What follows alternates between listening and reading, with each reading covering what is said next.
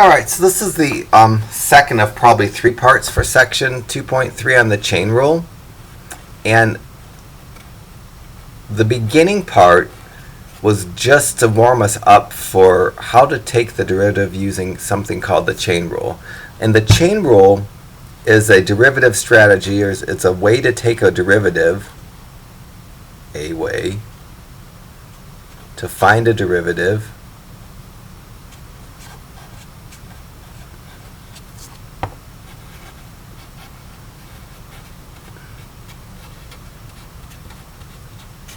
of a problem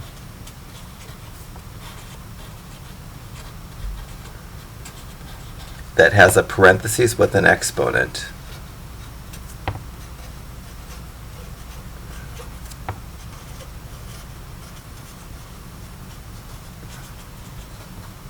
So all of the problems in the rest of the section has a parenthesis with an exponent. Each of the problems in the rest of the section will either have a parenthesis with an exponent, or they'll have a radical, and I can replace that radical with a parenthesis that has an exponent. So basically, these kinds of problems, something that looks like this,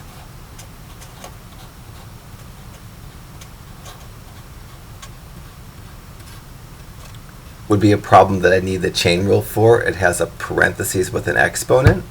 Or something like this.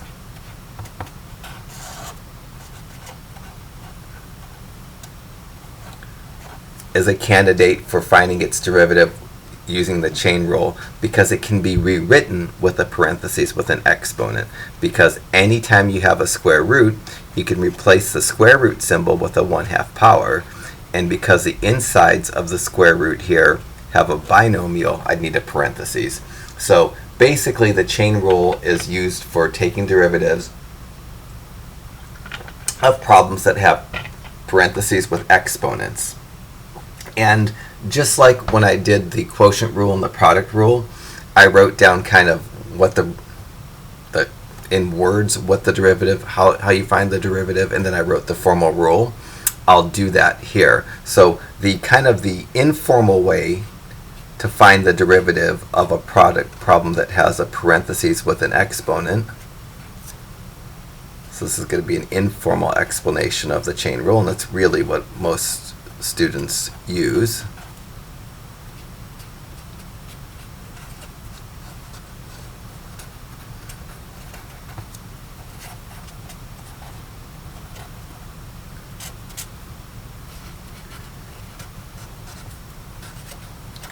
It says if we have some problem that has a parenthesis with an exponent, I'll just say this is some y that has a parenthesis with an exponent, then its derivative will be the exponent times the parentheses with the exponent lowered by 1. But notice I left a gap. And inside that gap, I'm going to make another parenthesis. And inside that parenthesis, I'm going to put the derivative of what was inside the parentheses. So because the problems have a parenthesis, I need to take the derivative of the contents of the parentheses.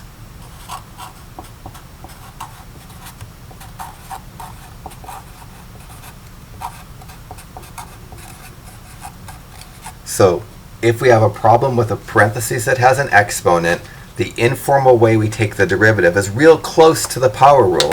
We bring the exponent out front, we lower the exponent by 1, but that's not enough to find the derivative. When there's a parenthesis that has more than a single term inside of it, we finish up the derivative by finding the derivative of the contents of the parentheses. That's the informal rule. I must try to just squeeze over here the formal rule. So the formal method, or the formal chain rule,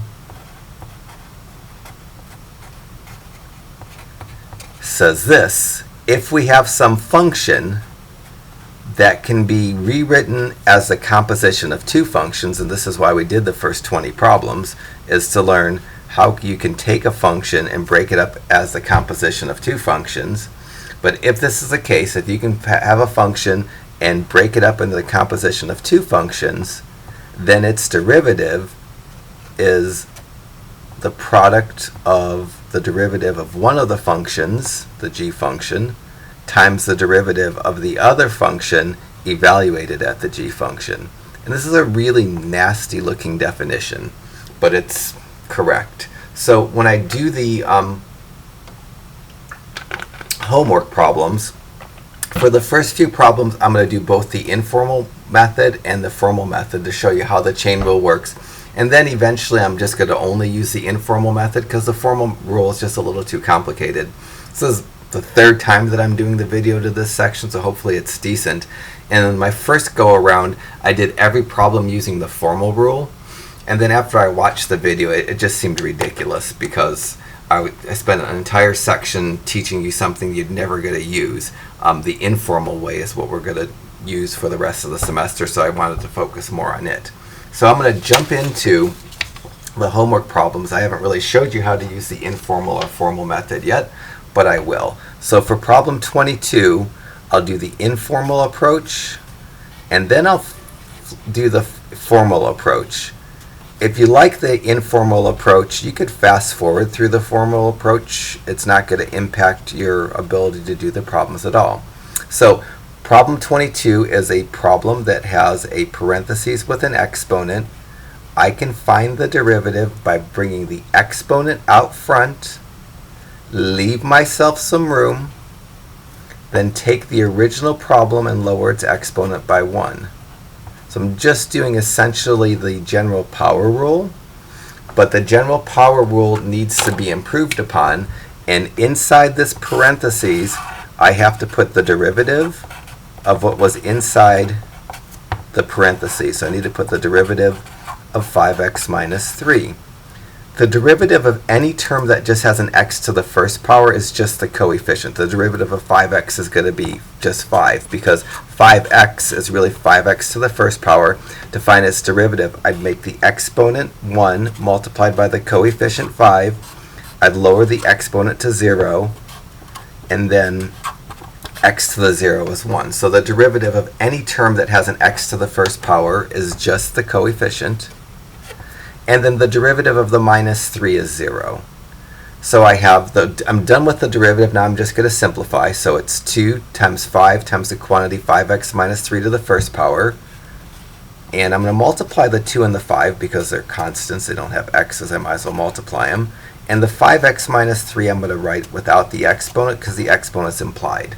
So that's probably the quickest way to use the chain rule. If you want to fast forward and not see the formal approach, it's fine. But I'm going to do the formal approach twice, just because it's probably proper to do that. So the formal approach says I need to take my function and rewrite it as a composition of two functions, and that's why we did the first 20 problems. The first 20 problems are just there to help you understand the formal way to do the chain rule. Won't be on the test. So I need to rewrite my h of x function as the composition of two functions, and that's what we did in the last group of problems. So the two functions, the g of x function is going to be what was inside the parentheses. The f of x function is going to be gotten by taking the g of x function, or the h of, getting rid of the parentheses and changing it to an x. So those are my two functions. The derivative for my answer, h prime of x, is supposed to equal to g prime of x times f prime evaluated at g of x. Well, g prime of x is easy enough. The derivative of g is g prime of x. The derivative of any x term to the first power is just its coefficient. And the derivative of minus 3, because it's a constant, is 0. So into my answer for problem 22, I'm going to write h prime of x, and the g prime of x symbol I'm going to replace with the number 5. Next thing I need is f prime evaluated at g of x. So I'm going to find f prime. F prime of x is just 2x. I bring the exponent down in front of it, lower the exponent to 1, so it's really 2x to the first power. But in my answer, I need f prime evaluated at g of x. To find f prime evaluated at g of x, I take the x in f prime, replace it with the g of x function. So f prime evaluated at g of x is going to be 2 times the quantity 5x minus 3 to the first power. You don't really need the exponent of 1 there, but you could have it.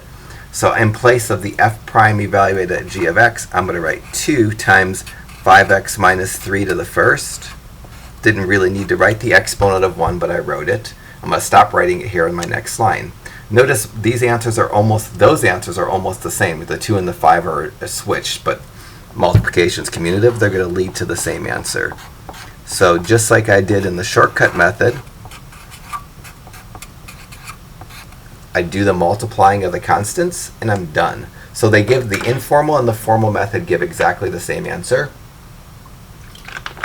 And you're free to use the informal method every time. I think it's a lot easier. You're free to use the formal method if you somehow prefer it. But eventually I'm going to stop using the formal method.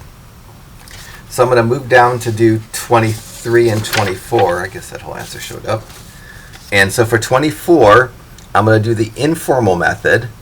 And the informal method will work with any problem that has an exponent, a parentheses that has an exponent. And if the parentheses has a coefficient, if that coefficient doesn't have an x, I can do the problem without using an extra rule. I can do chain rule only.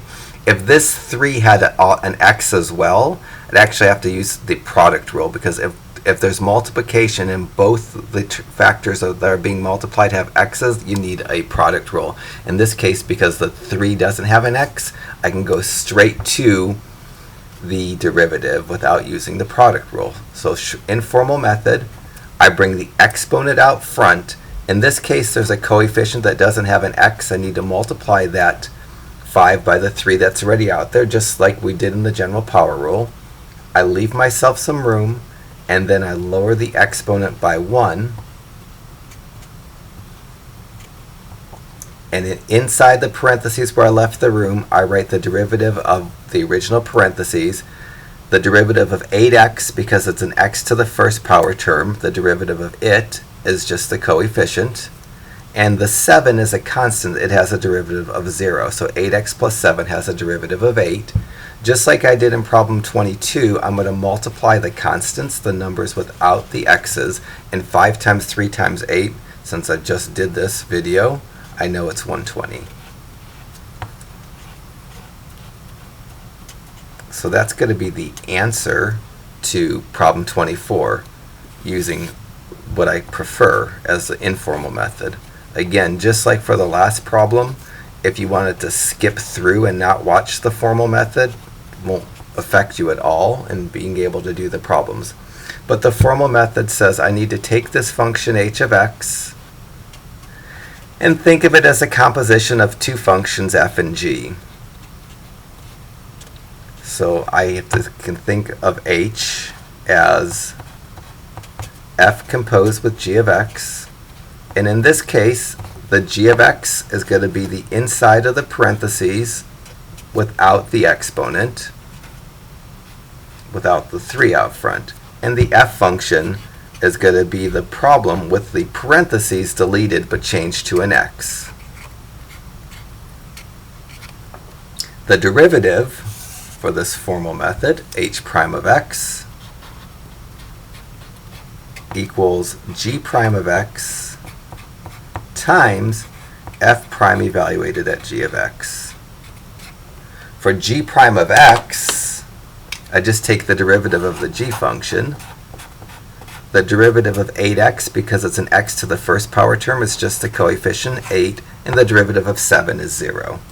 So h prime of x is going to equal to 8, and then times, so I replace the g prime of x with 8, and then times f prime evaluated at g of x.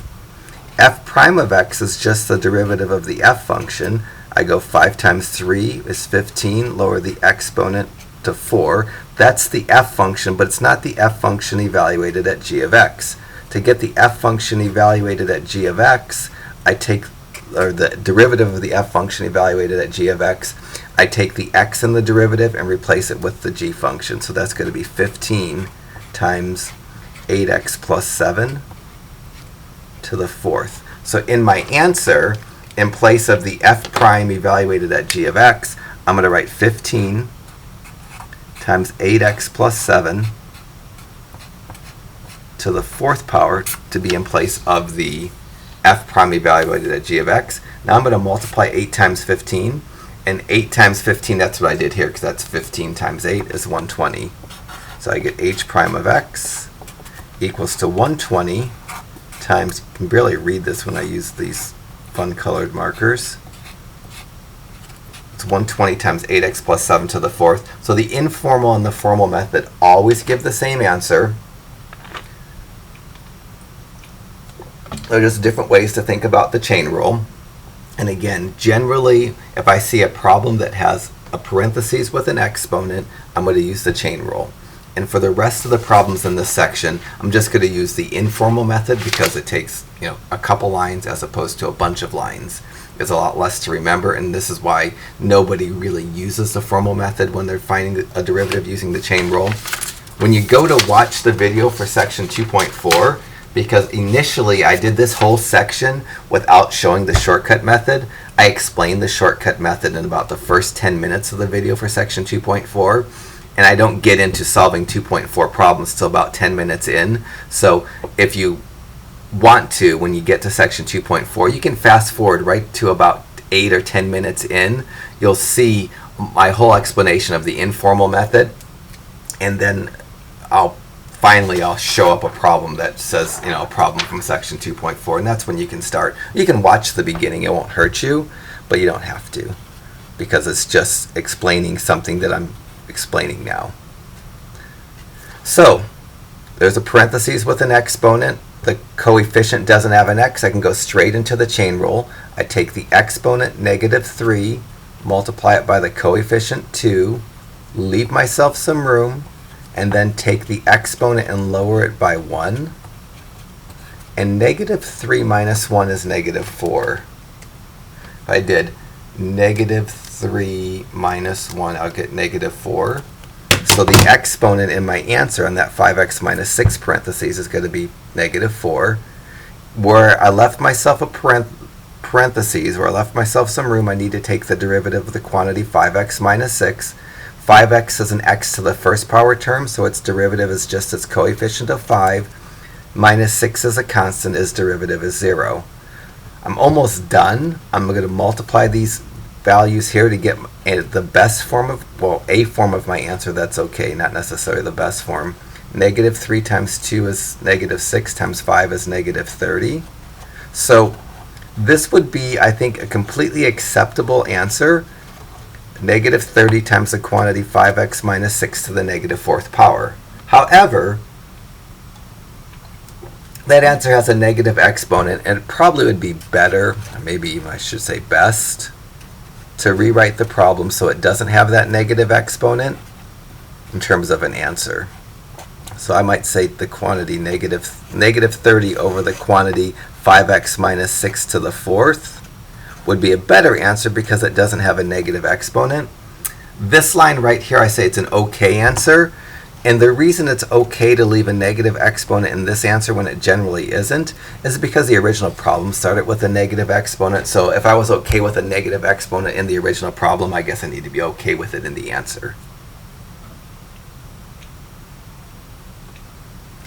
You'll notice I never multiply this coefficient through the parentheses. This is because it's illegal to do. You can't do multiplication before you clear an exponent, and a parentheses that has an exponent in front of it, you can't go through and multiply each term by a coefficient before you get rid of the exponent. So never will I multiply inside a parentheses that has an exponent when I'm using the shortcut or the formal chain rule. All right, so 28. I'm going to use the chain rule, informal method. I'm going to bring the exponent out front. There's nothing out front already, but I still need to leave myself some room. And then I'm going to take the original parentheses, leave it intact, and lower the exponent by 1. Now I'm going to take the derivative, what's in each term inside the parentheses. To do the derivative of 3x squared, I go 2 times 3 is 6, lower the exponent by 1 and get a 6x to the first. The derivative of the minus 5x, because it's an x to the first power term, its derivative is just its coefficient. And the 2, because it's a constant, has a derivative of 0. This actually turns out to be the best answer. In the last few problems, I took the time to multiply what was in front of the parentheses. That's because those were all numbers that didn't have letters. It would be okay and not wrong to multiply what I just underlined, because that parentheses doesn't have an exponent. You can multiply a constant through it. This parentheses has an exponent. You can't multiply a constant through it till you clear the parentheses.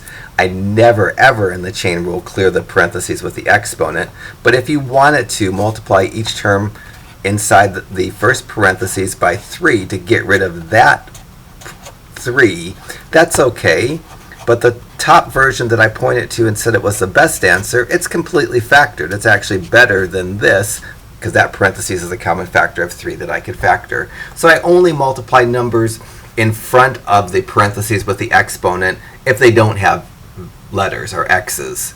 And once the numbers in front of the parentheses, outside the parentheses with the exponent have x's, I just leave them how they were, and so it's less work. So the chain rule is it's just basically as easy as the power rule. It's just kind of one step. For 39 or 29, 30, 31, and 32, I have problems that have radicals. I need to get rid of the radicals. In problem 30, any problem that has a square root can be written as a problem that has an exponent of 1/2. So we did that a few times already. I'm not going to explain that again, otherwise it's just going to take too long. So square roots you have to rewrite as 1/2 power. Notice I didn't write h prime of x because I haven't used any derivative technique. Now the rewritten version of the problem has a parentheses with an exponent, so I can use the chain rule. And when I take the derivative, I write the prime. I'm going to bring the exponent out front. I'm going to leave myself some room. And then I'm going to take the original parentheses and lower the exponent by 1. And so I'm going to go 1/2 minus 1, or 1/2 minus 2/2. And if I'm not feeling good about that, I can just go 1/2 minus 1 equals math, enter, enter, and you get negative 1/2 for the new exponent. And then where I left this parentheses, I need to write the derivative of x squared plus 3 function. For the derivative of x squared, I bring the 2 out front and get a 2, and then an x to the first power. The derivative of the 3 is a 0. In the last problem, I said it was best not to multiply through. That's because this was a binomial that there was a number in front of. When there's a monomial that the number's in front of, it's actually best to multiply through. There's no way that this is a best version of the answer, because my original problem had a fraction x, had a radical. I probably don't want to have a fraction exponent. I probably don't want to have a negative exponent. Real quickly, this is going to be legal multiplication. When I multiply these two, I just have to multiply the 1/2 and the 2. And 1/2 times 2 is going to be 1 because they're reciprocals, but you could go 1 divided by 2 times 2. The 1/2 times 2 is going to be 1. So that's going to be 1x. And then I'm going to make the negative exponent positive by creating a fraction and putting the term with the negative exponent into the denominator. I don't need to write the 1 in the numerator. And anytime I have an exponent of 1/2, I can create a square root symbol. When I rewrite a problem that has a fraction exponent with a radical, I don't really need the parentheses. That was necessary when I had the fraction exponent. So the best answer for problem 30 would have just a single x in the numerator, would probably have the h prime of x equals an x in the numerator and the square root of x squared plus 3 in the denominator. Because the original problem had a radical, my answer probably should have a radical as opposed to a fraction exponent. My original problem didn't have negative exponents, so it's probably not okay to have negative exponents in my answer. And once I get something written in radical form, the radical itself kind of serves as a parentheses. You don't need the parentheses that you needed when it wasn't in radical form, when it was in fraction exponent form. Alright, so give 29 a go. I'll move on and do problems 31 and 32. And for 31 and 32, there's a number in front of my radical. It doesn't have an x, so that doesn't really slow me down too much. But the problems have cube roots, and cube roots can always be turned into 1/3 powers. So I'm going to rewrite the problem with a fraction exponent, and now I have a problem with a parentheses with an exponent. I take its derivative using the informal version of the chain rule. I take the exponent 1/3, multiply it by the coefficient 7, I leave myself some room, and then I lower the exponent by 1. So I go 1/3 minus 1. I could do that in my head. I know you get negative 2/3, but if I do 1 divided by 3 minus 1 equals math, enter, enter, you get negative 2/3. So, well, not done yet, so that's why I left this room. Where the room I left, I need to take the derivative of 4x plus 1. The first term is an x to the first power, so its derivative is just its coefficient. The 1 is a constant, its derivative is 0. I'm going to multiply all these, and when you multiply these, you're really just multiplying those, because the 7 and the 4 can be written as fractions with 1 in the denominator, and when you multiply fractions, you multiply the numerators and the denominator separately. So this is going to give me, when I do this, h prime of x equals to 28 over 3, and then I can put the 4x plus 1 to the negative 2, the 4x plus 1 to the negative 2/3 in the numerator, or I can leave it written off to the right of the fraction. Regardless of where I, at this step, have that written, I need to move it down to a denominator to get its exponent positive.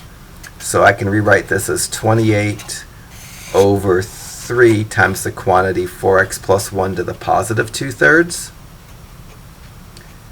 The original problem had a radical, so I should probably write this problem as a radical. It's a little bit trickier because the exponent wasn't just 1/3, so it's not going to go to just a perfect cube root, but it is going to go to a cube root.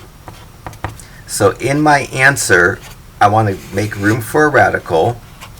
The 3 is not part of the radical because the fraction exponent doesn't apply to it. And the radical itself, it's going to have an index of 3. It's going to be a cube root. The initial problem was a cube root. My derivative is going to be a cube root. And then inside or under the radical, I need the 4x plus 1 quantity squared. And it still needs to be in a parentheses. And I can't just drop the parentheses like I did in the last problem. In the last problem, I had a numerator of 1, so technically when I rewrote this, I get the square root of x squared plus 3 to the 1. Then I could just drop the exponent, because anything to the first power, you don't need to have the exponent written. However, in this problem, because there's an exponent of 2, when I put it in radical form, I'm not going to drop the exponent, and I'm going to leave that factored. So I think this is probably the best answer for problem 32. Alright, so up through 32, I only need one rule to take my derivatives. The next few problems, I'm going to need 2 rules to take my derivatives. And generally, when I have a chain rule involved, if I'm going to use 2 rules, I'm never going to use chain rule and quotient rule. I'll always use chain rule and product rule. So each of the next problems between 33 and 46 are going to need the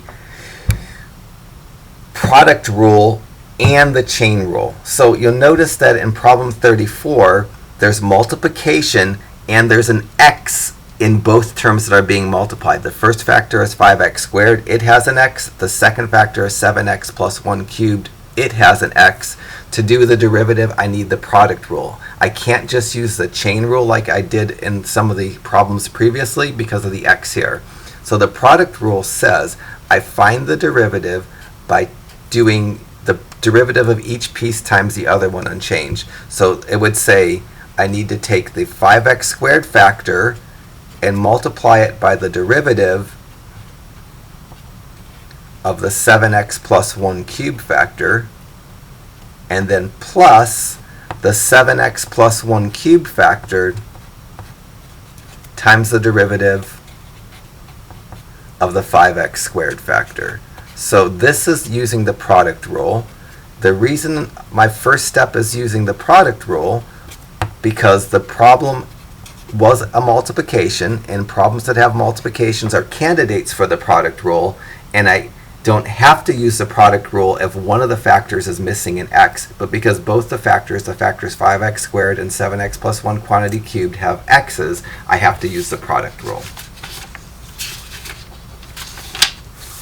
So let me do these derivatives that I haven't actually taken yet. So the first piece has the 5x squared, and next to it I need to take the derivative of 7x plus 1 cubed.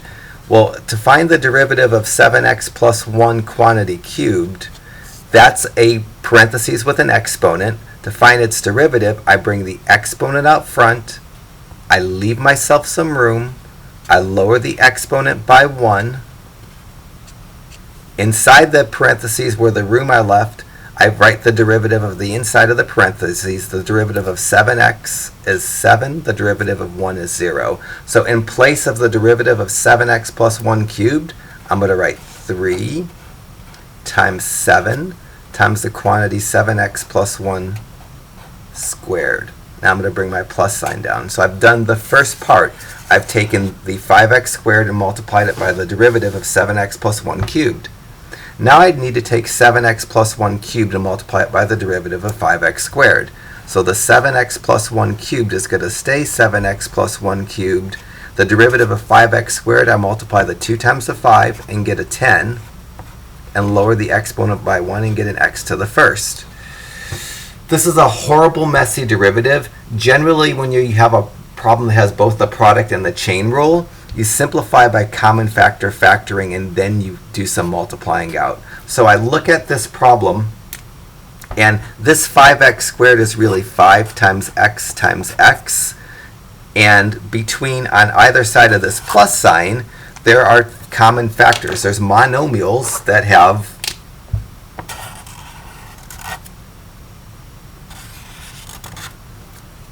x's and coefficients of numbers. Between these two things that I'm circling, there's a common factor of an x, and between the 10 and the 5, there's a common factor of a 5. So I'm going to factor out a 5x for the 5x squared and the 10x, and between the 7x plus 1 squared and the 7x plus 1 cubed, there's a factor of each one of those on either side of the plus sign.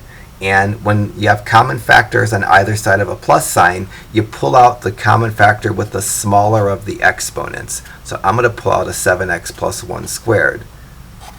So the common factor that I have is 5x between the 5x and the 10x, and 7x plus 1 quantity squared between the 7x plus 1 cubed and the 7x plus 1 squared.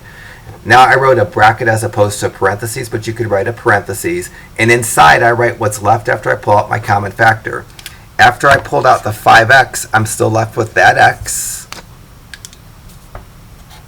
I haven't done anything with this 3 or this 7, so they're left, but I factored 7x plus 1 squared entirely out. So to the left of the plus sign, what I'm left with after I pull out the common factor of 5x times 7x plus 1 squared is x times 3 times 7.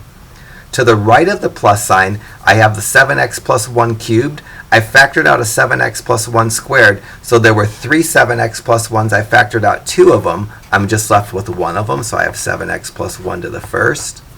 And from this 10x, I factored out the x completely, but from the 10, I only factored out a 5. So I'm going to go 10 divided by 5, and I'm going to be left with a 2 there. but the x got factored out. So when I factor out a 5x, I divide this 10 by 5, and I pull that x away to figure out what's left.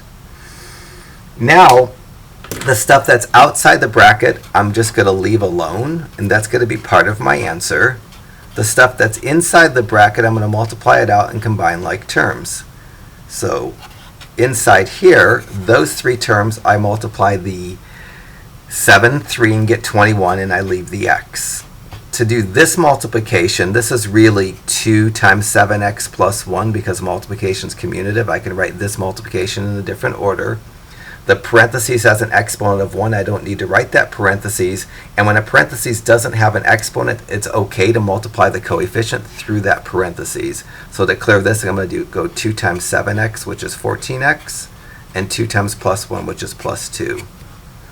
Now I've gotten rid of, inside the bracket, I've gotten rid of the parentheses, and now I'm just going to combine like terms inside the bracket, and I'm going to be done. So the best answer for problem 34 is going to be found by simplifying the line above. And now I change my bracket to around parentheses. You can leave it as a bracket. I usually leave things in bracket form until they're completely simplified. Then I put them down to round parentheses. But that's just my personal choice. That could be a bracket, or you could have round parentheses the whole way. And inside the bracket, I just combined these terms because they were like terms.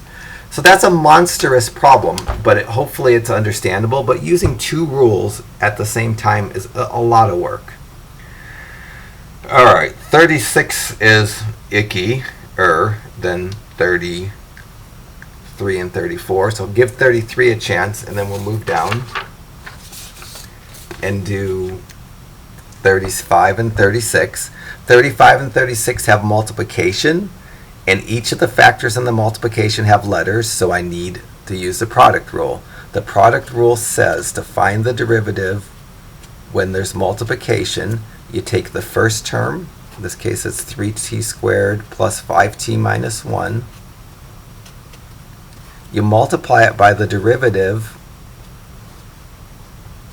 of the second term, and the second term is 4t minus 1 squared.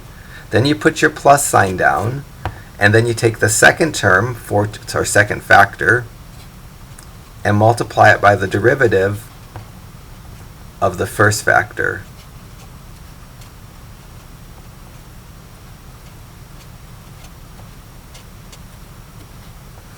Alright, so now I need to do two derivatives, and the first derivative I need to do is this derivative.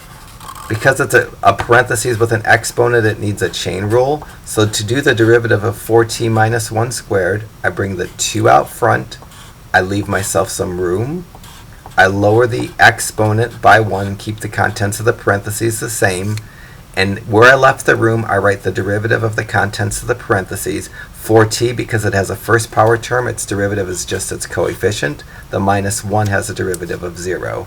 So technically what I'm going to start off writing is g prime of t equals to 3t squared plus 5t minus 1. And then it's going to be, I could write 8, or I can write 2 times 4t minus 1. I'm going to write 8 times 4t minus 1. Then I'm going to bring this plus sign down.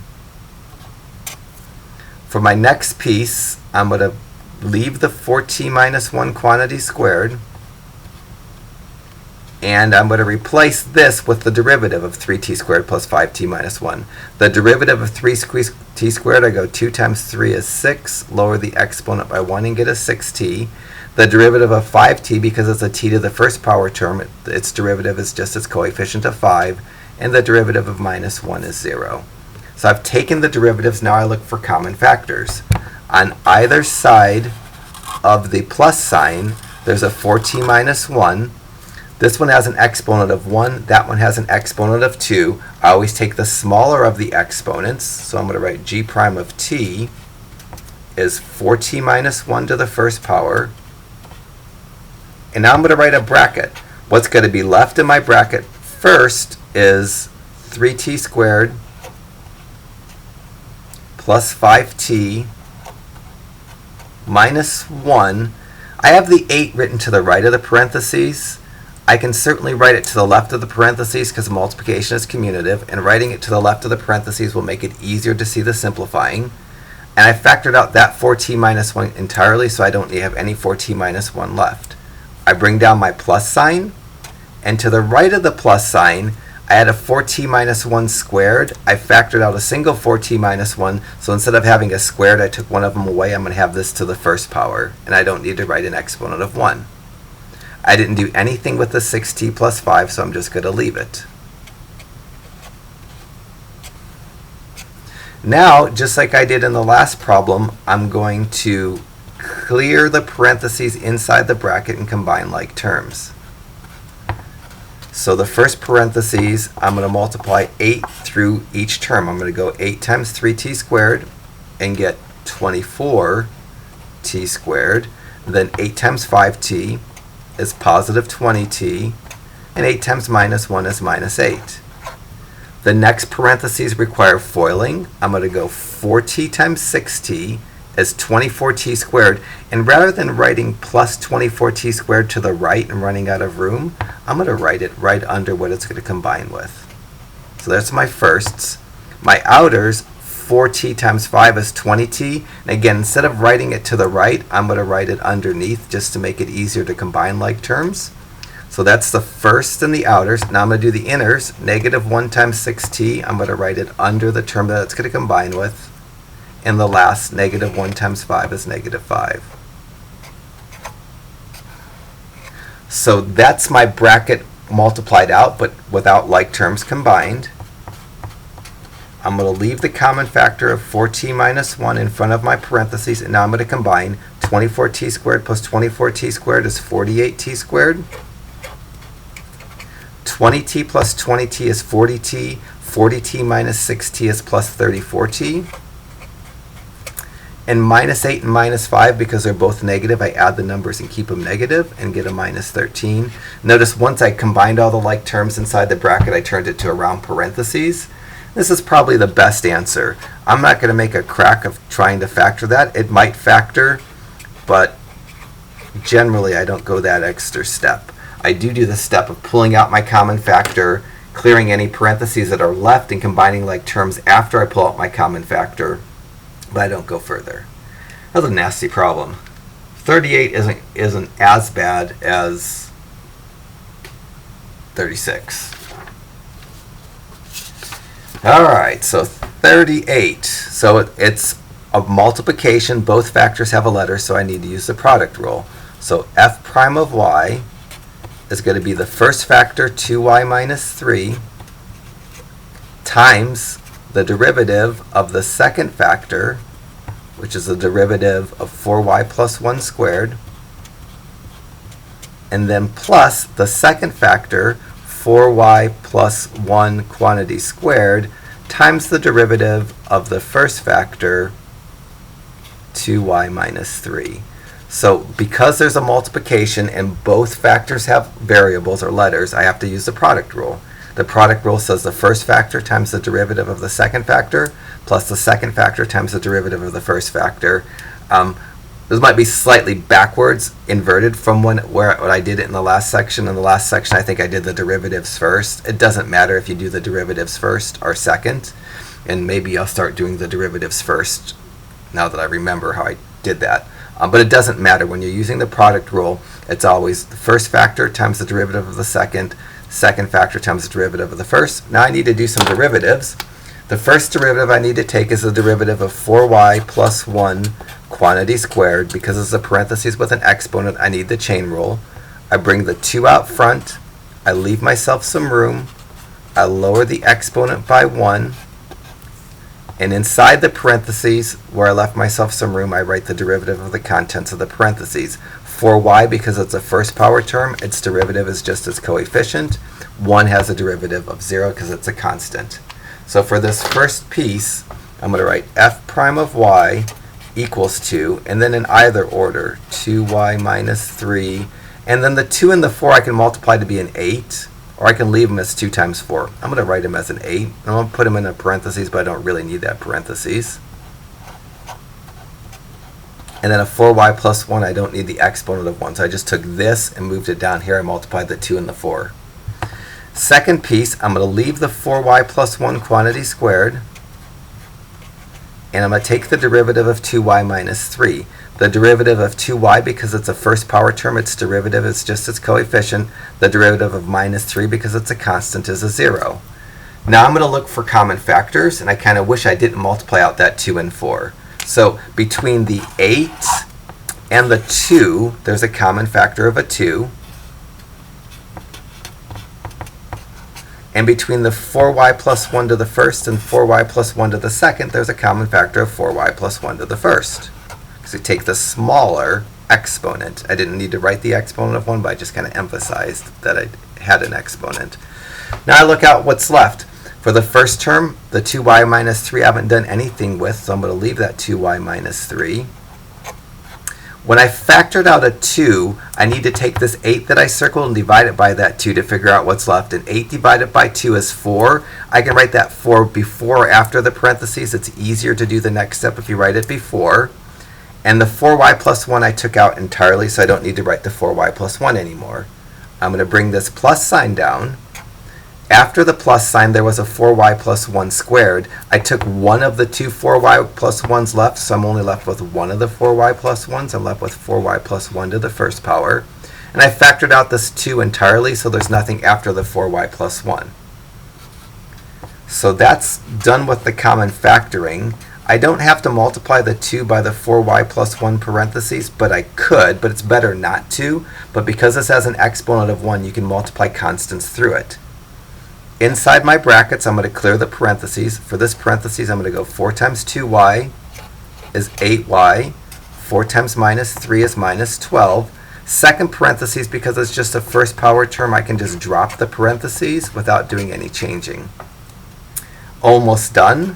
So my best answer for 38 is going to have a 2 times 4y plus 1. You can make that 8y plus 2, but it's better 2 times 4y plus 1. And now I'm going to add the 8y and the 4y. I start writing round parentheses once I get that bracket simplified. And combine the minus 12 and the positive 1 and get minus 11. That's the very best form of the derivative. You could go further. If you went further and multiplied the 2 through that parentheses, it's okay. Alright, so next time when I use the product rule, I'm going to flip and do the derivatives first, just because that's what I had been doing in the last section. But it's not wrong to do the order that I've just done here.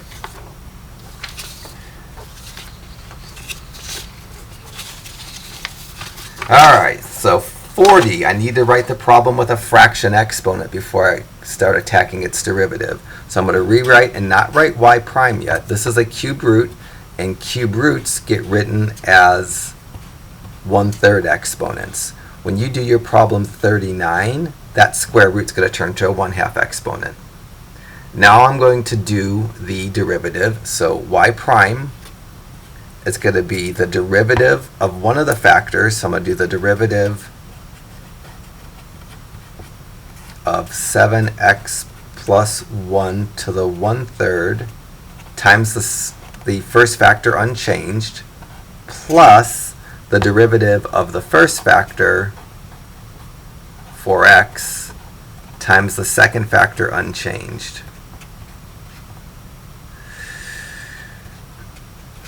This is going to be a tad bit tricky on the factoring, because we're going to have negative exponents I'm going to factor with, and I'll try to do my best, but if you've never factored with negative exponents, this problem might be a little bit hard to go through. But on the next few problems, I'm going to factor with negative exponents, so hopefully that you get used to it after I do 3 or 4 of these. But the algebra here might be tricky.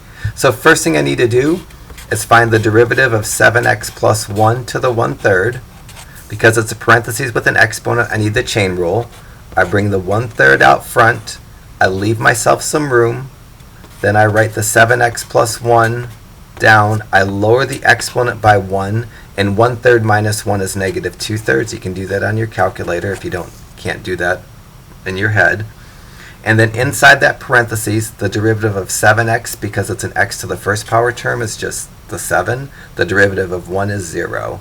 So this is going to give me y prime equals 1/3 times 7, that's 7/3. I'm going to rewrite that as 7/3. So 7/3 times, so this whole piece is being replaced with 7/3 times 7x plus 1 to the negative 2/3 times 4x. And then a plus sign. And then the derivative, after the plus sign, I need to take the derivative of 4x. Because it's an x to the first power term, its derivative is just the coefficient. So to the right of the plus sign, I'm going to write the derivative of 4x, which is 4, times the 7x plus 1/3 unchanged. Now I look for common factors, and there's definitely a common factor of a 4, because on either side of that plus sign there's a 4. In addition, there's a common factor of 7x plus 1 to some power. And this is the tricky part here. So now I'm going to write y prime, pull out my common factor of 4, and when you're pulling out common factors, you take the smaller of the exponents. The smaller of the exponent, because a negative number is always smaller than the positive number, the common factor is going to be 7x plus 1 to the negative 2/3 power. So if you have similar factors, one with a positive, one with a negative exponent, you're going to pull out the negative exponent as my common factor. Now I'm going to write my bracket, and what am I going to be left with? Well, to the left of the plus sign, the 7/3 I haven't touched, I'm going to be left with it. I factored out a 7x plus 1 to the negative 2/3 entirely, so this whole piece is gone. I factored out a 4, that piece is gone, but I'm still left with the x. To the left of the plus sign, I have a 7/3 x. Now I'm going to bring my plus sign down. To the right of the plus sign, the 4 is gone. When you're taking and factoring out exponents, whatever exponent you factor out, you have to subtract if you're not taking something out entirely. So to figure out the exponent that's left on this 7x plus 1 to the 1/3 power, I need to subtract the exponent that I took out. And so after the plus sign, I know the 7x plus 1 is still there. To figure out its exponent, I have to take its exponent of 1/3 and subtract the exponent that I factored out. So I go 1/3 minus the negative 2/3. Let me do that on my calculator. So on my calculator, I go 1/3 minus a negative 2 divided by 3. It gives me 1. Because the double negative turns positive here, this is really 1/3 plus 2/3, which is 3/3, so my exponent is 1. Oh, this is just not pleasant, but that's the drudgery of calculus. It just, you sometimes can't avoid ugliness. So I'm going to leave this negative exponent for a while. I'm going to make it positive here in a bit. Inside my bracket, I have 7/3 x. And this, because it has an exponent of 1, I can drop the parentheses, plus 7x plus 1. Now I need to add 7/3 x plus 7x, and to do that I need to go 7 divided by 3 plus 7. That's for 7/3 x plus 7, and then math, enter, enter. That gives me 28/3 x. So I get y prime equals 4 times the quantity 7x plus 1 to the negative 2/3 times 28/3 x plus 1. I just don't know how far to go here. There's so much more I can do.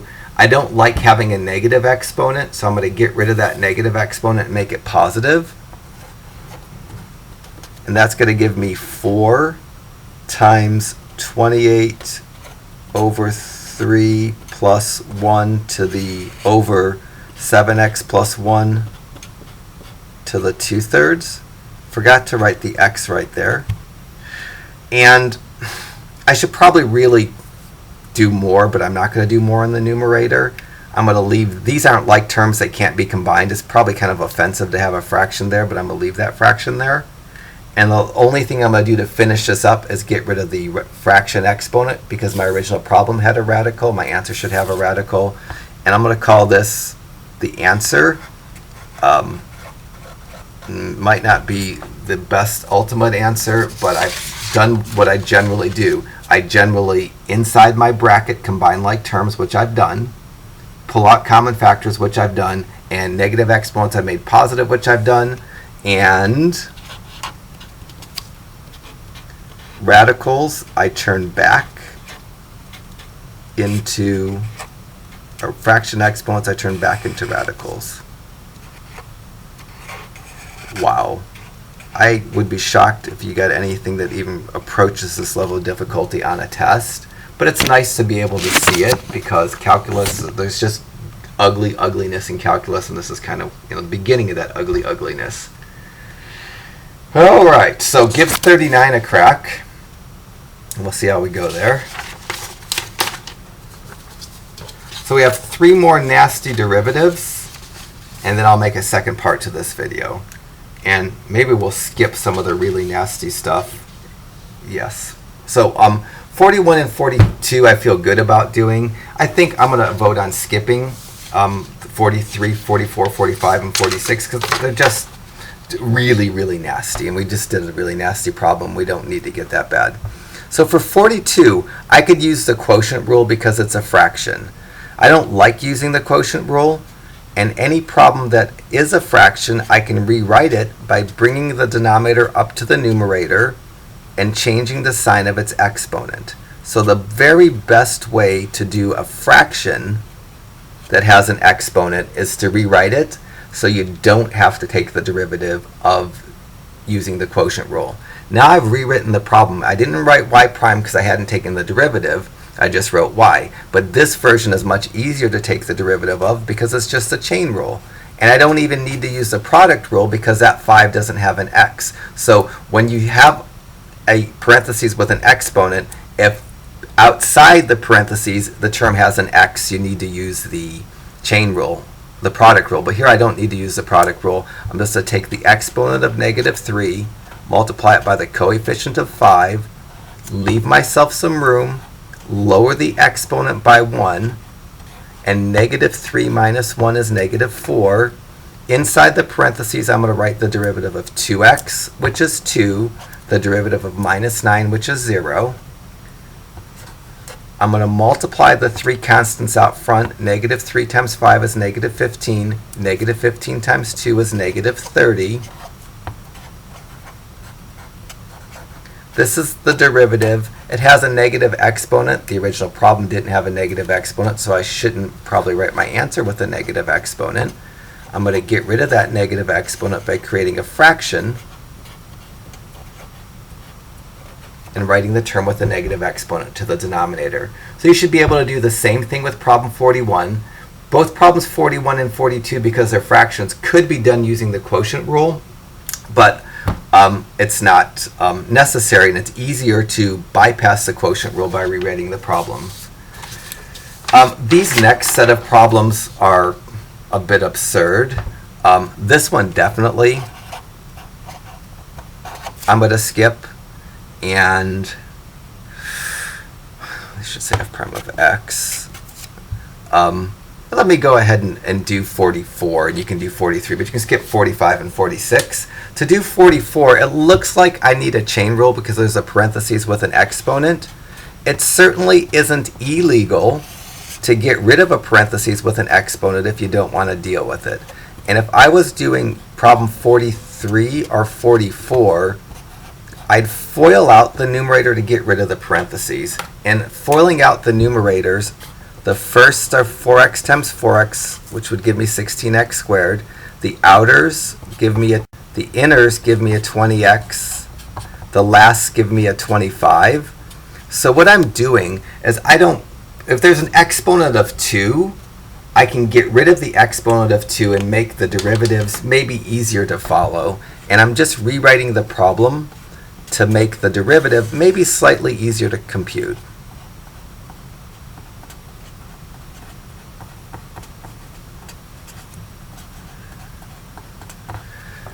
So there's my rewrite of the problem. Now it's just a simple fraction. I can do the quotient rule. And the quotient rule says you find the derivative of a fraction by taking the denominator. You multiply that by the derivative of the numerator. So right next to the 2x plus 1, I'm going to take the derivative of 16x squared plus 40x plus 5. The derivative of 16x squared is 32x.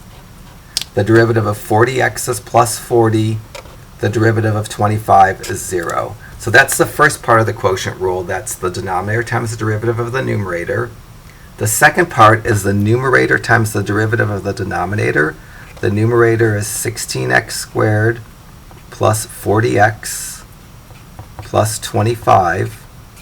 And next to that, I need to take the derivative of 2x plus 1. That's the derivative of the denominator. I don't have room after, so I'm going to write that derivative before.